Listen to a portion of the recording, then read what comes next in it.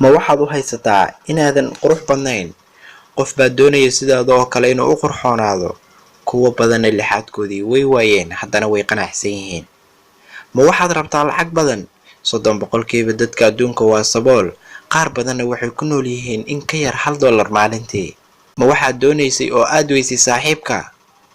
kuwa waxaa jiraan xitaa aan haysan waalidiin. ma dhadhanka cuntada ayaad nacday? carruurta ayaa gaajo u dhimanayso. ma adeegsashada dukaamada waaweyn ayaad ku daashay? dad badan ayaa qashinka ka dhex raadinaya alaabo. moobeelkaa jaba miyaad la murugootay? in badan baa mugdi ku nool oo iftiin koronto arag noloshooda. ma noloshaa iska nacday? bukaan badan ayay ku xiran tahay oksijiinta neefta oo cisbitaalada jiifa wax kastana ku bixinaya si ay u sii noolaadaan. ma shaqo ayaad weyday mise shaqadii aad haysay ayaad nacday?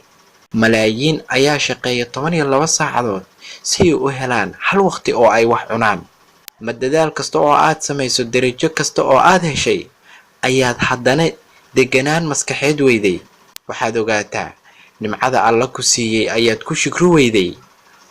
alle ayaa kugu yeeraya inaad u noqoto oo camal wanaagsan samayso. ma qofaad jecleed ayaa kaa tagay oo aad la murugoonaysaa? miyaadan ogeyn in 8 bilyan oo qof ay dunida ku nooshahay? weydiiso alle bedel khayr qaba inuu ku siiyo.